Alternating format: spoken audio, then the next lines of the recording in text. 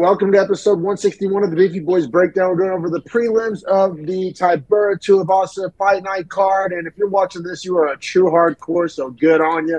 We will go over every single fight on every single card. One of the only shows out there doing that. And, man, jerking the curtain, we got the 37-year-old Canadian, Shannon Helliger, 5'6", coming in at plus 140, taking on the debutant Charalampos Gregorio, minus 165 at bantamweight. And, so I picked in Helliger. I'm going to shine my wheels there. I didn't bet it, so I guess I can't shine him too much. But what I'll say is Gregorio is debuting at a 7-3 or 8-3 record. That's to have 3 losses on the regional scene. I'm not saying it's a death sentence, but it usually means you're not an elite Poeton level prospect, right? Yeah, and no so doubt. And then Shannon Helliger, don't get me wrong, he's far from perfect, but I don't think he's a can, and I don't think he's an auto fade. He's good enough. He has some skills. And so for that reason, that's why I picked in Helliger. I said I didn't bet it, but if you had a gun to my head, so I had to bet underdogs instead of just the Amarine. There was C-Rod, Amarine, and then this would have been number 3 for sure. But that being said, I did not like Hellinger coming into this. Just I was not sold on him. I didn't like the age, the past performances, kind of just the combination of where I thought he was at in his career.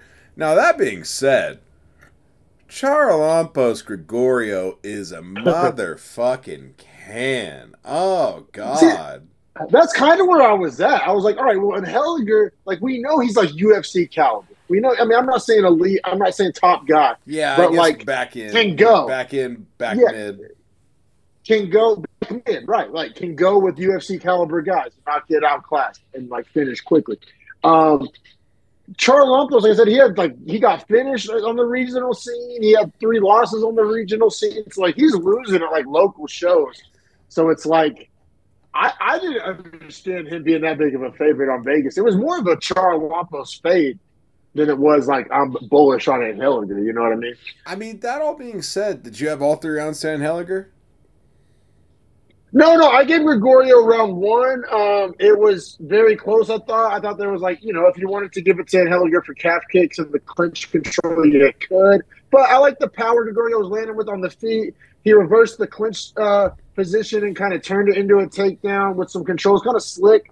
I thought he won some positions, won some exchanges. I thought it was his best round. That being said, his best round was very, very close, and then Helliger just pulled away after that. So yes, so I fully agree with you. I have round 1 close to Gregorio, round 2 and Helliger winning, building momentum, and round 3 him just embarrassing Gregorio. That right there, round 3 was where I was this guy should not be in the UFC. Gregorio, that is. Now, I do want to say he's from Cyprus, so he has the Cypriot passport, right? And apparently that is next to an American passport as far as can go anywhere in the world. I've just heard that before. A lot of terrorists want to get those. I got 2 things to say about Cyprus. So the first time I ever heard of this place was Nina's first nanny family that she worked for in the Bay Area. They were awesome. They paid her well. They treated her well. I would go to the park and play with their kids and their family, and they're just good vibes, great, amazing people. They had a good life living in the Bay Area. Which if you can afford to live good in the Bay Area, you can go basically anywhere in the world, right? Yeah, I'd say. And so I think the wife had ties to Cyprus, and they fucking up and moved to Cyprus. Damn. And they love it. I follow them on Instagram and stuff. It looks fucking sick over there. They're one of my favorite skateboarding YouTubers. Just went over there, and apparently it's a super skate-friendly country. They don't even call the cops on you for skating or waxing ledges or it's very they say it's one of the most skate-friendly skateboard places basically in the world. Isn't it an island in the Mediterranean? Yeah, and it seems it's right off the coast of Syria. It's very close to Syria. Oh, it's very close to Syria. By Croatia then too, right? And Turkey and but shit? It's but it's technically part of the European Union, I believe. Right. Because it's just to the side of the Mediterranean. Because I think further west from there is what, Crete and Sicily. Yeah, but it's like you look at a map, it's a lot closer to Syria than it is those places. Like, Yeah. It's just weird though because it seems like they maintained like, I mean, you look at Charalampos Gregorio, like sounds more Grecian than like anything else. Yeah, So it's just, for I sure. think they maintained a lot of the Mediterranean culture and Like lifestyle. culture. Yes. Yeah, and genes probably. Like you know what I mean? Like it was probably one of those islands conquered by those cultures back in the day. You know. I bet that island got conquered. I bet there's a lot of. I'm not gonna say it. I'm not gonna say it. But yeah, man. I mean, yeah, I think we're both out on Gregorio. Actually, I think I moved him into my can tier. Oh, I yeah. also have like a new rule. Well, I never start a debut guy on a can tier. Like I don't want to assume any debut guys at can. It may literally be the first spot out of can tier. But if you start at the first spot out of can tier and you perform like that, you get moved into the can tier. I'm sorry. I don't think he's gonna like turn it around. I agree with that. But what's and then Helliger is bro, if Helliger can fight the way. Go ahead. Oh, sorry. I was just gonna say. Remember that. Like, make a note that the next time Gregorio fights, like he is auto fade can because he is gonna fight again because it's 2-fight contract. Oh no, I have like an actual I actually changed how I do it. I have like a can tier now. Like, good. I have like a list of like auto fades and I'll give them out if you subscribe. So check it out. But yeah, man. So yeah, Charlie Campos out and Helliger. What I was just gonna say real quick before we keep pushing. If he can fight like he did in round 3, like flow and style, he looks so good. So good. I mean, he's 37. I mean, obviously there's a ceiling there, but I'm just saying, like in the words of Michael Jordan, the ceiling is the roof, baby. But 37 years old is tough. The ceiling is the roof. That is that is a fact. In fact. That is a fact. In fact. But man, up next we got Thiago Moises, who I have no idea why he's fighting this low on the card. And this he shit called was that out disrespectful. himself, so good on him. Yeah, good on him. And bro, I mean, he has no B-side whatsoever. It's my bad. Not only that, but like the other point, no B-side at all against him. But he's also getting no respect from Vegas. Minus 325. Like, who the hell made that line? That's about where I had it. I don't know. What do you mean? Like more? You think he should be bigger? Or I thought it should have been like minus 450. Yeah, I mean, apparently a lot of people had a lot of nice things to say about Mitch Ramirez. Like I saw fighters and people tweeting like, apparently this Mitch Ramirez guy had a pretty good reputation. And I'm saying that hindsight, like I didn't personally have some inside scoop on that, but I heard other fighters and saw people on Twitter like kind of talking about this Mitch Ramirez guy. I think that's more what it was. I mean, minus 325, 3-1. I mean, that's basically saying you're going to get a finish. I mean, he's the guy that I'm sorry to interrupt you, but he's the guy that got KO'd by Carlos Prates. Now I know that's at what welterweight. That's at welterweight. And see, I'm somewhat high on Prates. Like I don't view that as like a death sentence. You're a can. Like I think Prates starches a lot of dudes. No, but Moises is fighting guys like Bobby Green and Drew Dober. Like we're talking about, he's fighting top 15 lightweights or top 20 lightweight, top 25 at least. Well, lightweights, and it's like. I mean, if he's top 25, there's no way a guy entering a deep division I could just automatically say is going to beat a top 25 or should even really have to fight a guy like that. Agreed. It was a late-minute replacement, so it kept Moises on the card. And, I mean, like I said, minus 325, you're acting like it's a coin flip. Like, minus 325 is like, you are going to win this. Like, I know. I just think for late replacement, meaning like Ramirez has to make a harder weight cut, and also he's a welterweight making a lightweight weight cut. Like, man, that should have been like a minus 450, I feel like. To your credit, I have Thiago Moises. I think coming into this, I had him 24th. I moved him up to 23rd. I just think that's where he's at. Almost like what we said about Tybura, but it's more of a compliment in lightweight because it's a deeper division. Like exactly. I think Moises is a top 25 lightweight. Like he is not a top 15 lightweight. He's not a top 10 lightweight, but he is a top 25 lightweight. It sounds like a backhanded compliment, but there's a lot of guys who can't say that, especially in that division. There's like 80, 90 guys in that division. But that being said, I mean, Moises, we don't got to go round by round. I mean, he was winning.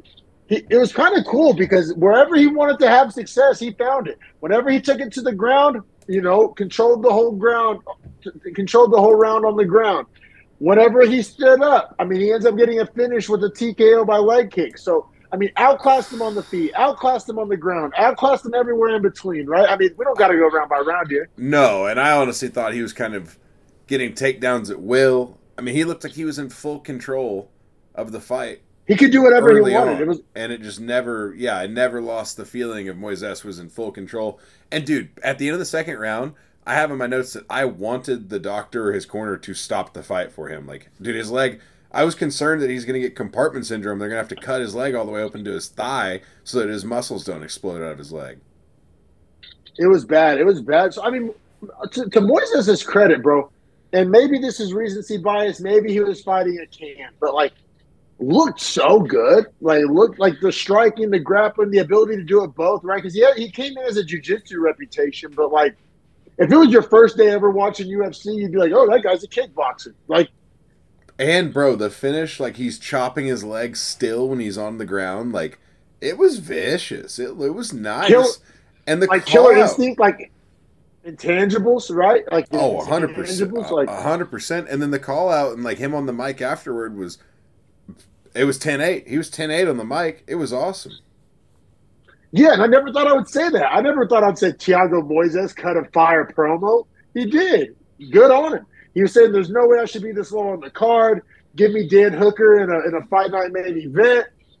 Love it. Now, I'm not saying you have to agree with lockstep everything he said, but just going for it, like putting yourself out there, it's like you miss 100% of the shots you don't take, right? Bro, he was so funny whenever he was like, Dan Hooker and Brad Riddell want to bitch about not being able, the wrestling coaches. Well, he was like, learn how to defend a takedown. Maybe you try to get new coaches. Like, I don't know, figure it the fuck out, essentially, is what he was saying. It was so funny. Yeah, no, you're saying if you guys can't fight wrestlers, you should be fighting your wrestling coach instead of me or some shit like that. Like, yeah. He said, like, fire or find new ones or some shit like that. It was tremendous. Yeah, it was so good. Now that being said, if Dan Hooker and Moises get matched up, I am hammering Dan Hooker. But like I said, good on Moises for like being a tough guy and asking for a hard night out. I don't know. I think the way Moises fights, that could be tough for Dan Hooker because Moises is very good at getting those takedowns, and Dan Hooker's not the best off his back. He's all right. You know what? There's other guys. I'd rather see him fight like either like a Joel Alvarez or like a Grant Dawson. Grant Dawson would be so fun. Yeah, I don't want to see Moises Hooker mainly because I want to see different shit for Hooker. You know what I mean? Like, and I'm so happy that Moises didn't go for the Paddy Pimblett call out because at first he did, right? Or was that another guy? No, that was somebody else. But you know something crazy I saw on X today, and I don't know if it's true or not. Like, it was kind of a Paddy called out Money Moicano. Not even that, bro. I heard that they booked, not rumor. I heard they booked Paul Felder and Paddy to headline a fight night card in Manchester. And Mikhail has been tweeting about wanting to be on a Manchester card. That's gassed up. See, I thought so too. Out of all these fucking jabrones that are calling out Paddy, give it to Paulie Felder. I did see a video of Paddy, though, I guess like a week ago, saying like he wants to fight Moicano, and he's like money Moicano. He's like, you have my money, and I want to take it. And he was like, but I'm not fighting in Rio. He was like, I'll fight you in June, which would line up with International Fight Week. It could be a rumor, could be full of shit, but fucking Paddy, Paulie Felder, Iron Lung Paulie Felder, fucking in Manchester would be gas. I mean, if my reaction tells you anything, clearly I want the Paul Felder fight. Yeah, that sounds so fun. Oh, but man, keep it pushing. We got a lot of fights to get to. Up next, man, a fight that, once again, tip my hat to you, man. You were a lot more bullish on Amarine than I was. I did pick Amarine, but I had it like basically as like a no bet, and you were all over it. But honestly, looking back at my original logic, I should have been all in on it with you because here's why. I picked Amarine at minus 110. It got all the way to plus 105. So, like, from like a Billy Walters value, like if I'm cool with it at minus 110 and you're giving me plus 105, like that's the type of shit that you are supposed to bet from like a high level gambling perspective. Oh yeah, 100%. Because that's like the edge of a few dollars here and there, but on big wagers, like if you like the -1, it's almost like saying if you like him to win the game, and you're getting the line of -1 for +105, it's kind of the same principle. Like, well, to win the game, they have to win by 1. So it's like the worst you're going to get's a push in that logic. Yeah, for sure, man. And then so Anne-Marie, let's see here, coming in at +140. This is one where we did get the short end of the stick. You got her at +105. This got bet up crazy between Friday night and Saturday. Which I just don't know what there is to love about McKenna that much. Like, is it her under 5 foot wingspan? That shit is like I can never bet on her for, bro. Just the and I think, and I don't want to be this guy. The Instagram following is kind of Hannah Goldie-ish. I think there might be some DraftKings nerds out there. Are you talking about on McKenna? Yeah. McKenna posts thirst traps? Yeah. That's hilarious. Just because, like, I'm kind of being an asshole here. Like, I don't find her attractive, like, at all. So, like, the fact that that's a thing, like, caught me off guard. She has, like 40,000 Instagram followers, which is way higher than what her fighting would attract. Like Hannah Goldie, I get it, but I don't know. But yeah, caught me off guard there. Just didn't see that coming. Sorry about that. Yeah, I mean, honestly, the winner of this one, though, I will say, strawweight probably the deepest women's weight class, but only to a certain extent. I think the depth of strawweight gets kind of like overstated. I mean, I think it's about 20 deep, maybe 22 deep. But after that, I mean, I don't think it's 25 deep. And so you need depth. Not necessarily like we need contenders like a bantamweight, but at women's strawweight, you need like new like 15 to 25 depth. You know what I mean? And I think that's what like Anne-Marie represents. And if McKenna were to win, then she would have probably same could be said for her. I'm kind of getting more and more and more. Anne-Marie also, shout out to her, gets a bonus here, which I thought was pretty nice for her as like her third fight in the UFC. That extra money is gonna be nice, but like for Anne-Marie, man, deep division, you could argue, like you just said, 20 to 25 deep. I like where she's at, and I know that Sam Hughes loss is terrible, but I'm going to give her the one excuse of UFC debut in a young career. Yeah, no, 1,000%. That's kind of a tough debut at strawweight. Like it's definitely not the easiest debut. And like Gamrot lost in his UFC debut, for instance. So, like, we see that with these, like, stellar prospects that sometimes just don't have it all kind of on fight night, on their debut. It's just hard to get it all put together right. For sure, man. So, we got to get to the fuckery that goes down. Because this fight only lasts 1 minute and 38 seconds. Should have lasted 1 minute and 6 seconds. Exactly. Anne-Marie basically has to get 2 subs, which is kind of gangster. Like, I think it's like, kind of like Battle, where like something screwy ends up kind of like adding to the lore. You know what I mean? To a lesser extent than Battle. Like this didn't go viral, but this 100% like adds to the lore, because there's a fight Rogan always talks about where a guy tapped and then the guy then says to the ref like, "No, I didn't tap," and the ref's like, "Oh, well, I guess restart." And then the guy taps him again, and they look at the film and they're like, "Damn, this guy did tap him twice. Like that's fucked up." Essentially, same thing here. Yeah, because McKenna 1,000% did the old, like, I think they call it like the Brazilian tap. Yeah, the hand in the air. Yeah. Yeah, she tapped air. So she never, like, what is that? Like, to me, that's a tap. Like, I agree. But I think she's trying to be on some slick shit. I would love to see the actual rule book. Like, what is the definition of a tap? Do you have to touch canvas or skin, or like? Does it have to be like verbal tap? Do you have to make physical contact? I guess. No, I think if there's a verbal tap, I think a tap on air. I think the motion of tapping insinuates a tap. I agree with you. That's what it should be, but I don't know the like technical bylaw of what it actually is. If there is some actual rule where it says you have to touch canvas or skin, then I guess the ref didn't do anything wrong. But well, he yelled stop. I think didn't do anything wrong. Well, there is stretch. That. Well, there is that. Bro, he literally yelled stop, and then Anne-Marie like released her legs off the head but held the arm, and then what's her name? McKenna looks at him and says, "I didn't tap," and he goes, "Oh, restart." Or go. He says like stop and then go. And then Amarim still has the arm and is like, okay. And like obviously rolls in the arm bar. It's cranking on it. Yeah. And I thought maybe, you know what? Snap it. This girl wants to play a game. Snap it. Teach her. To be honest, I mean, maybe not snapped. It definitely got hyperextended, which is definitely falls under the play stupid games, play stupid prizes category. Yeah, I just thought that's like a lesson to teach someone in a professional fight. Like, you're trying to fuck with my money and like cheat the rules, like, and I have you in this position. Like, have some respect. And like, now you didn't have respect. I'm gonna show you what that does. I have a feeling McKenna left the arena in a sling. Like, I'm almost positive she left the arena in a sling. You know what? Good. I think there was some hyperextension there.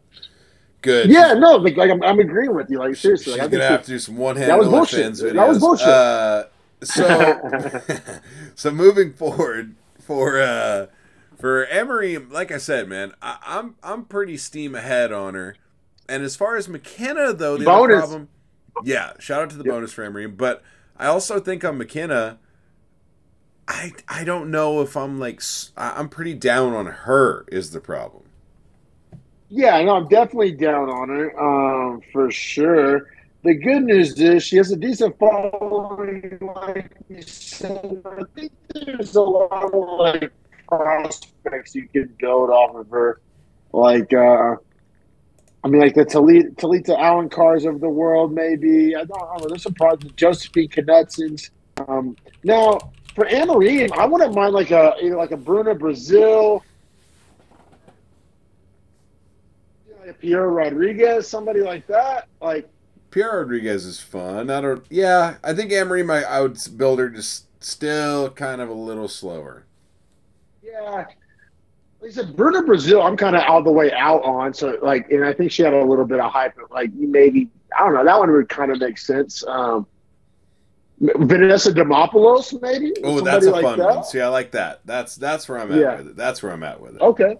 Yeah, that works. That works for sure, man. But yeah, round one triangle armbar, pretty sick. Was cranking on it pretty nasty. Got, like I said, minute 38 seconds, get the performance bonus. Now, let's keep it pushing to this next one because this is one of those ones where we miss a leg of the parlay. Bullshit. Yeah, I don't feel like guilty about giving it out as a pick. Like, I think like our pick like kind of like holds up. Like, I don't think Kolobau was the worst fighter. I think I can make a case here where, and I will, and it's not even really lawyer ball, so saying I'm making a case is tough. But so Silva misses weight, actual weight by 2.5 pounds, weight class by 3.5 pounds. This fat fuck. So clearly didn't even try to cut near the end, which I hate. I can't stand. In your debut. Debut. Dude. Like that's like being late on your first day of work at a new job. You know what I'm saying? Like that's and like 30 minutes late. Like not like 7 minutes late. Like that's a big time late. That's not 4 hours late. It's not like fire you on the first day late. But it's like, all right, man, we got to have a real talk about what my expectation is here. Now, that being said, I also have the big problem here of like, I legitimately think that 2 rounds Kolobau won in this fight. Me too. Also, I want to make a quick point real quick. So I bet this fight on Tuesday. I got it at minus 175. I think your leg got it on Thursday. This is the only fight that this happened to us on. And you got it at minus 190. So I got cut. Money was coming money was coming in on Kolobau for cut. Sure. Gary. But yeah, man, no, I agree with you. See, here's the only problem you have, and it shouldn't be a problem, but it's almost like one championship scoring where the rounds Kolobau, in my opinion, won, he barely won. The round that he lost was the last round, and he lost by like a decent margin. So like that's where it gets tough. I fully agree, but that's just not how we score it. Yes, 1,000%. Like my question, I guess my question is like, are judges writing down scores like before the next round begins? Like, do they have to put it like with a pen on paper so they can't go back and change that shit? Like, They In have to, theory, right? yes, but it doesn't seem like it. In theory, yes, but it does. Yeah, I see your point. It does almost feel like this feels like one championship scoring. Because in one championship, I think Danny Silva wins, like with the score in the Yeah. fight as a whole and who ends strongest and all that. But in UFC, round by round, 10-9 must. No. I fully agree. And Colbell got rocked twice at the start of the fight, and then battled all the way back in the round in round one. Ended up landing more significant strikes by a pretty good margin, and I thought was But doing it. 3x, Yeah, triple it up. Because yeah, for us to say, all right, you get knocked down and then to come back and give it to you off points, it sounds like we have Colabel colored glasses on. But like after the knockdown, it was like basically one-sided. Like Colabel like pieced him the fuck up for like the remaining like 3 minutes. Like I said, tripled up on strike numbers. It wasn't like he edged him out by a couple significant strikes. Like tripled him up. Like pieced him up. Here's where I have the problem, and every judge scored this round to Colbell. Okay, I don't have a problem with that. Here's where I have the problem. Round one is yes, every judge scores round one to Colbell. So I think that sets a stage for how we're going to score this fight. That's interesting. That's interesting because if I was going to give any round to Silva, it would be one, not Bingo, two. not two. But one judge gives round two to Colbell, and two judges give two to Silva. I don't know how you give that round to Silva. He did 0 damage. 0. Quite literally 0. I never looked at the scorecards. I just assumed they gave Silva one for the knockdown. Every judge gave him round one or round 3, and then every judge gave Colbell round 1. That's number one bullshit. That's what I'm saying. That's what I'm saying. Like when I actually looked up the scorecards, I was like, "Oh, no fucking way!" My parlay got robbed on them saying round 2 was a fucking Silva round. Like no way. It's his worst round of the fight. It's his worst round of the fight. I had Colbell battle as a 2-legger, so like this would have cashed as just a straight, which wouldn't have been shit. But I mean, minus 170 is fine though. Like it's I think like $6 back on 10. Like that's fine. Yeah, exactly. Like 16, but, you know what I'm saying? 10 to win 16 essentially. Yeah. And then so you're right. Round 2, I mean, round 2 was close, and Silva gets a takedown with some control at the very end of the round, but like no damage. Colbell 1,000% won the damage baggage. It was like this rinse and repeat where like Silva would just kind of sprint into a check hook, and they were landing clean on the chin. Yes. Yeah. I thought Colbell clearly won the damage battle in round 2. He won the strike numbers, and he defended the takedowns well for the most part. Except for at the very end, he didn't do dick with it. Exactly. It was like literally the last 20 seconds of the round, and Silva did absolutely nothing with it. So, yeah, for me, that's so tough to see two judges give that round to Silva. Yeah, that's bullshit. And then 3, you know, all fair play to Silva. Won the best round of the fight. He wins round 3 for sure. Damage, significant strikes, got 2 takedowns. Like 1,000%. Right. It was 29-28. Colbell, like, it's hard to say clearly when I keep saying rounds 1 and 2 were so close, but like I feel strongly about it. Like I said, if you're going to give Silva any round, it has to be 1, not 2. Yeah, I couldn't agree more.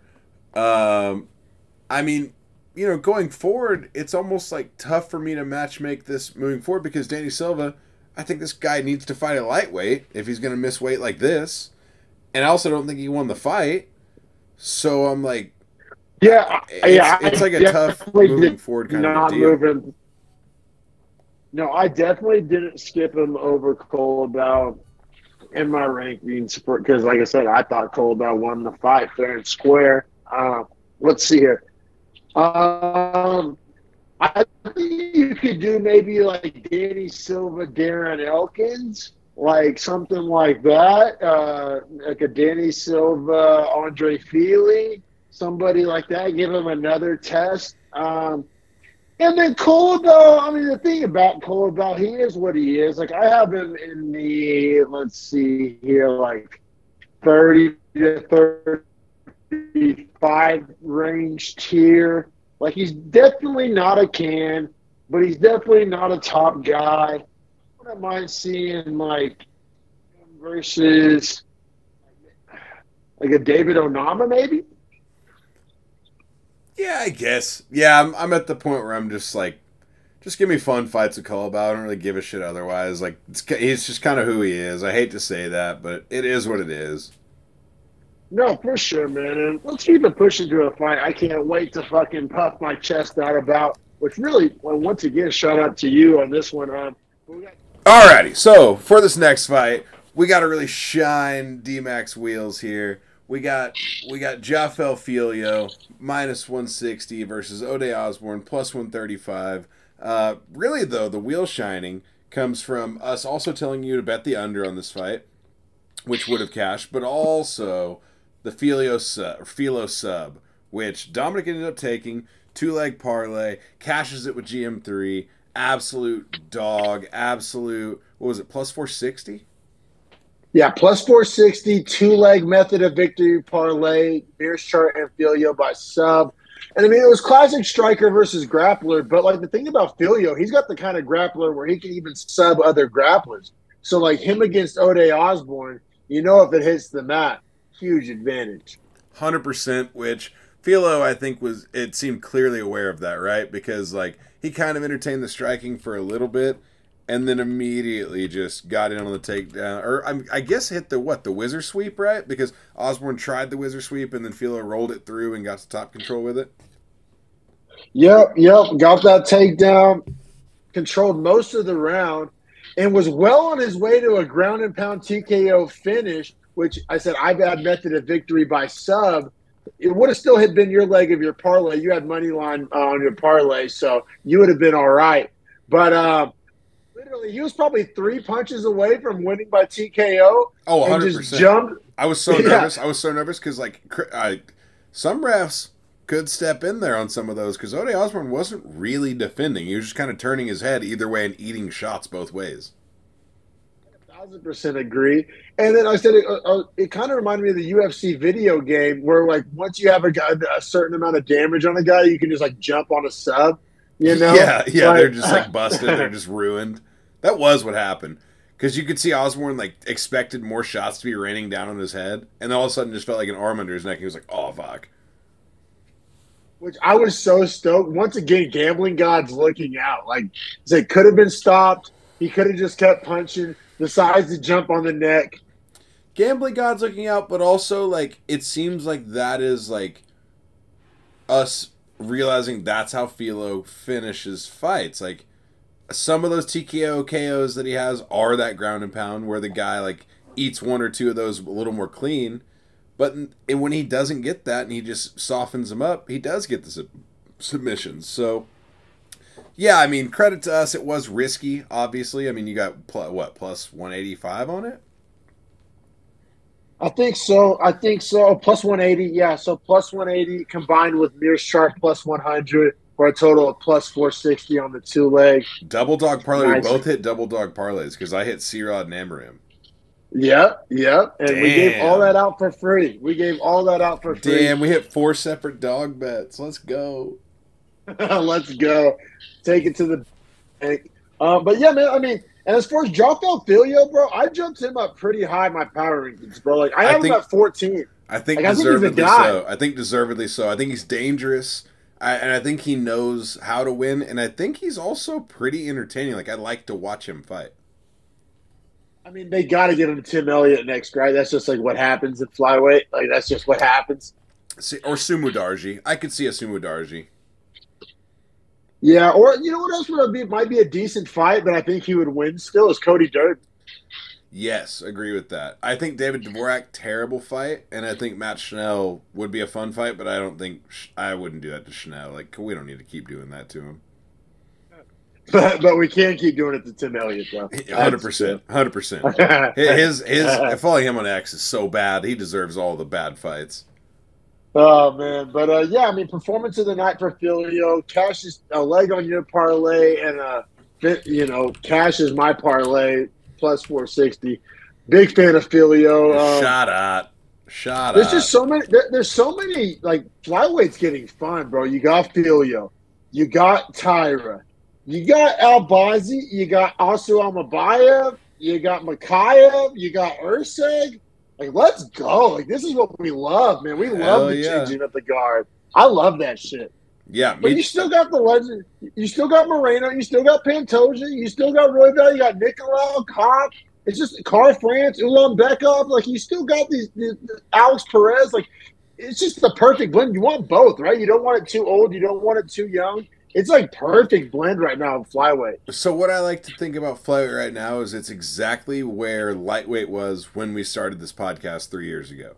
It's Yep. exactly right there. It's like the guys that are gonna age out soon are essentially like right out of their prime. So it's about you're about to see the waves kind of meeting and one overtaking the other. But the young guys have started enough of a build up where they have the wave. It's the perfect scenario where you're kind of seeing like a fully solidified top 15, but a lot of it is youth versus experience. For sure. I mean, it reminds me of welterweight as well, like Radmanov and Shemaev first hit the scene. Like, Which, by the way, before we keep it pushing here, did you see Usman's reaction when they asked him about Shavkat? oh, he changed the subject real Oh, quickly. it He was was like, "Oh, so I funny. thought we were." He's like, oh, I thought why we are were we talking about me all of a these sudden? guys. I was like, ooh, Usman does not want that smoke, and I understand why. And a guy of his prestige, like, he shouldn't have to if he doesn't want to. I disagree with that, but you know what's shocking me is Colby and Ian are like laying the groundwork. Colby and Gary are going back and forth, Oh, making videos yeah. about each I other. mean, rank 6, rank 5, that needs to happen. And, like, for everything Colby stands on, like, if he's going to stand on business, that's the guy he needs to fight. Like, he always talks about, like, nerds and virgins. Well, like, Cucks is right in that same lineage. So, like, Hey, bro, I'm hammering Cuck, bro. Like me too. I'm gonna watch that fight from a chair in the corner, dog. Like, I saw a thread today that was post your most overrated fighter, I'll start, and it was a picture of JDM, and I was like, oh, I love it.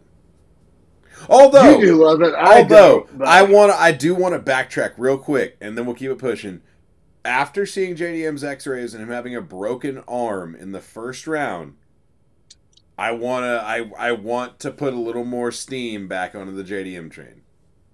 And see how you feel about JDM is how I feel about Albazi. I think I'd put Albazi as my most overrated fighter. I'm out, and like he gets talked about like a top 2 guy. But Fair enough. let's keep it pushing here. We got 2 more fights to get to. We got Josiane Nunez, number 13, only 5'2" in the bantamweight division, minus 135 favorite, taking on the much larger Chelsea Chandler, plus 115, but ranked 14. Famous for sprinting away in the octagon, which she did again, bro. I could not believe it. And she missed weight. Granted, by 1 pound, so that sucks. But like, bro, she could never be a champion simply based on the fact that I don't think she can make 135 flat. No, and like she sprints away, like she does not have, like she's not made of the right stuff. Like, bro, that's one of the things. Like, if that happens, and like say I was on shrooms, you like wouldn't believe it was real. You're like, there's no way. That's a professional fighter, and she just run. Well, but again, right? Like, right. She's only famous for a meme of her running. So it's like, and it's the exact same situation too. She got blitzed and was like, "Oh fuck," and just like dipped. Honestly, bro, like what happened in one championship recently? Herb Dean actually gave a fighter a TKO because his opponent wouldn't engage with him. Oh, Cedric Doumbé, right? No, that was the toe splinter bullshit in PFL. But like something in one championship, a guy like straight up like was not engaging. Herb Dean called the fight a TKO for the other guy, and damn, I don't think that needs to happen in Chelsea Chandler. That's fair. Soon. Yeah, like, I if agree with doing that, it, though.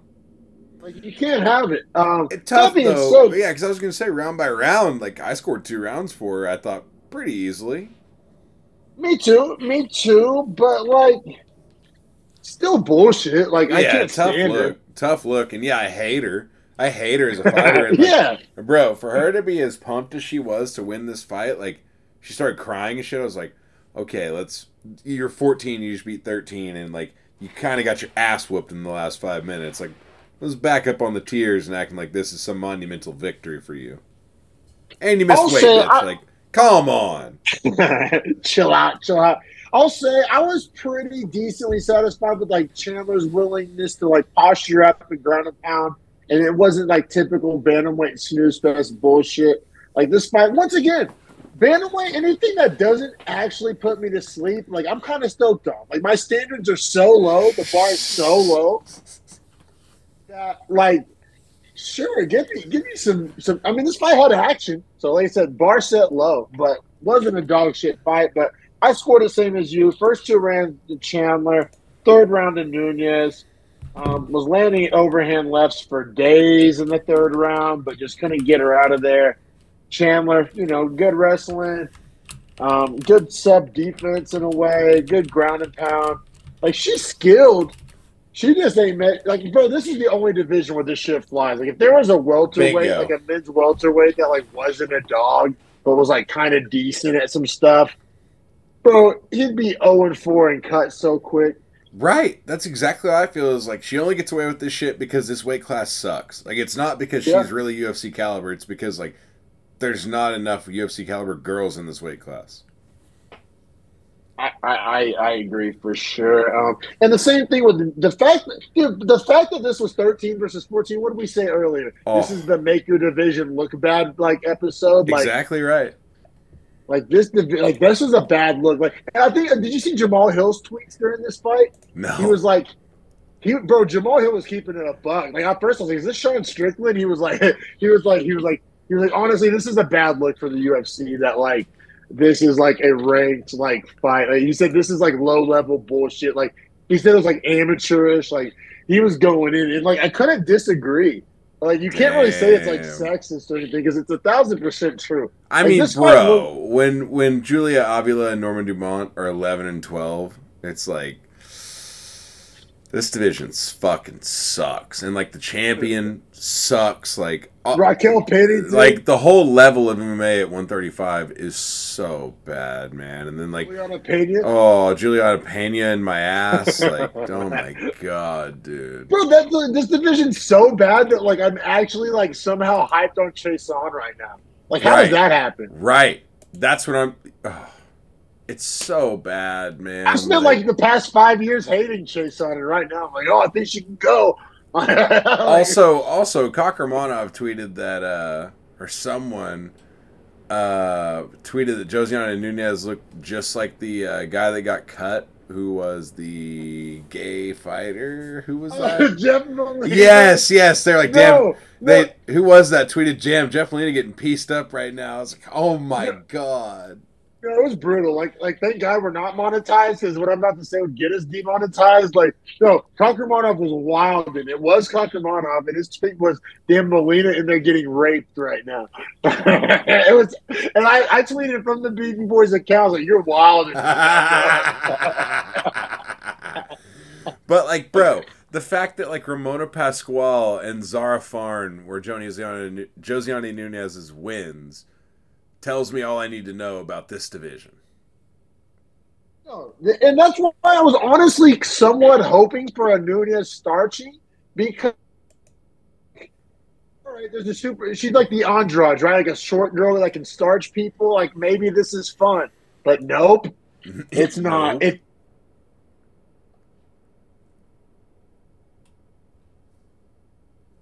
This fight doesn't have storylines. Me and your fucking debate has some more storylines than this fight does. Well, I think this fight has some storylines in a global fashion. You can say. We got Israel and Tom Levy. Coming in at a plus 330 dog, taking on Mike Davis, minus 470, lightweight division. And like our whole debate was not who was going to win this. We both said Mike Davis was going to win this. Our debate was like, how bad is Natan Levy? Yes. My argument was that like Natan Levy is like kind of mid. Like Mike Davis is better, but your argument was that like no, Natan Levy is like not UFC caliber, complete can. I was pushing back on you. Yeah, white flag. All right. But then I'll use our losing parlay as a white flag. Yeah, no, Natan Levy's the can. Bro, I mean, on the feet, really, I mean, got dropped, obviously, so that's not a good look. But also on the ground, so bad. At least on the feet, he could throw body kicks and was like okay. Yes. I thought he On was the feet. okay on the feet. Yes. At best. Agreed. On the Agreed. ground, hot dog shit. Like, who's worse on the ground, Natan Levy or Tai Tuivasa? Like, who the world may never know. But at Like, lightweight, that's not even like an option. Like at heavyweight, yeah, you can be bad on the ground. At lightweight, get fucked. That's not an option. 1,000%, 1,000% agree. Yeah, no, Natan Levy's bad, bro. You're right. You're right. Now the question is how good is Mike Davis? Last week we talked about how bad is Natan Levy. So Mike Davis comes out, gets a round 2 arm triangle sub. I thought this maybe could have got a bonus, but I don't know. Not super mad that it didn't. But also Natan Levy missed weight too, so once again, get fucked. Yeah. Hey, bro, he's got a lot going on at home, okay? All right? That weight cut's got to be... Actually, he trains in Vegas. I'm just kidding. Do you see Bilal Muhammad was like, this is my moment to fucking go on. Bilal Muhammad, time to shine. Bro, we should make Levy go up to welterweight and be like, it's my time to shine. Just straight up Sean Strickland versus Sneeko. Just like those would be reverse odds of real life, like minus 2,000 Bilal Muhammad. It's like, well, in real life, minus 2,000 pounds or Israel. Yeah. Brutal. This whole fight's just terrible. I still remember a time when Hamzat tweeted a video of some Israeli settler getting like given a bunch of shit by some Palestinian, and Hamzat was like, "Give me the strongest man in Israel and I'll break him." And Natan Levy tweeted him and it was like, "Arrange the fight, brother. And like I'll come up to welterweight and fight you." And I was like, "Oh, Natan Levy with that's 37 seconds. That's not even." Man, maybe that's how we should end all this. Maybe we did. Natan Levy versus Hamza in the middle of fucking Bethlehem. But yeah, man. The question is, let's get this back on the track. Yeah. That's enough of the Natan Levy slander. The real question, like to your point, where is Mike Davis? I personally think that as far as in lightweight, he's probably around 42, 43. Who, Davis or Levy? Davis. I think Levy is like auto fade bottom cans. So I have Davis a little bit. I have him at 38. So same general tier. Yeah, probably same general tier, right? Maybe one apart, but that's not too grandiose. I have him behind Bahamundis and Kutateladze. It's just like, what does he look like against that level of guy? You know what I'm saying? I think Kutateladze struggles. I think Bahamundis a good fight. I think Joel Alvarez he struggles. Or like, you know where I wouldn't mind seeing him fight is like an Elvis Brenner. That's a fun one. I think he's better, but I think that's a better like match than Levy. Or like a Sadikov. Who was it that Jared Gordon wouldn't be a bad fight here? Kind of the same guy, in my opinion. Because the thing is Mike Davis is just super inactive. He's on like a 4-fight win streak, but I think that dates back to like 2017 or something. Bro, it's like over like 4 or 5 years. Like, that's a crazy amount of time to have a 4-fight win streak. Yeah, since 2019. 5 years. So it's just like, I don't know what to do with Mike Davis. And then we got to touch on his post-fight speech where he's like, "This isn't my purpose in life to hurt people. I'm just good at it, and it provides me a lifestyle." So works against Natan Levy. Like, does that's the exact reason why the reason why I have him ranked behind Kutateladze is nothing to do with X's and O's or resume. He has a better resume than Kutateladze. Better record. But the thing is, it's like Kutateladze is a fighter. He trains with support. Kutateladze's resume gets so padded, though, with the Gamrot dub.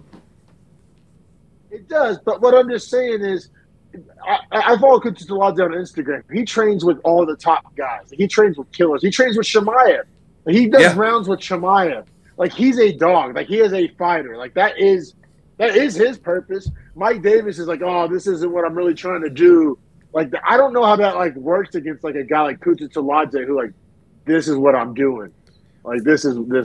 Couldn't agree more. Couldn't agree more. I think a guy like Thiago Moises would like put Mike Davis in a world of hurt, for instance, and I think that's like shows you the difference in tiers in lightweight. Like there is a clear step in lightweight between I think like depending on how many guys you put to a tier. Let's say it's 5 between like tier 6 and 7. I think there's like a pretty big jump. Like 7 and 5, those guys are in different worlds. Yeah, that's actually funny that you say that. I have Mike Davis in tier 7. Tier 5, see, this is where it gets a little murky for me, and you may disagree with my tier 5. Our tier 5 is like Ludovic Klein, Patty Pimblett. I had Mark Madsen in there. He got cut. Elvis Brenner. I don't know about Brenner there, but I see. I think the other two guys would give Mike Davis some trouble. Yeah. So Mike Davis, and also he just like does it like. Why would you promote this? I didn't understand why this was the featured prelim, and like this was unless this was like is Dana White giving Israel a old wink, wink, nudge, nudge. Like in my opinion, this should have probably been booked that like they should have rearranged all of this and had Moises fight Davis and Levy fight Ramirez. That would have. Wait up. Why didn't that happen? Yeah, it would have made all the way more sense. And like everyone's still making weight, everyone's still showing up. Like, yeah. Besides the Tom Levy. And like Mike Davis, like you only fight once every fucking 18 months, dog. Like you don't get to pick your shots. You don't get to pick your shots. Yeah, and that like, makes way more sense. And like for Levy, that's probably I would say on paper an easier matchup. Like it's a debut fighter. Oh yeah, and like that, yeah, that would have made way more sense. Yeah, they fumbled that. Whoa, yeah. Mind blown. Didn't even consider that. But that's the last fight on these prelims. Wraps up episode 161 of the Beefy Boys Breakdown. Please like and subscribe.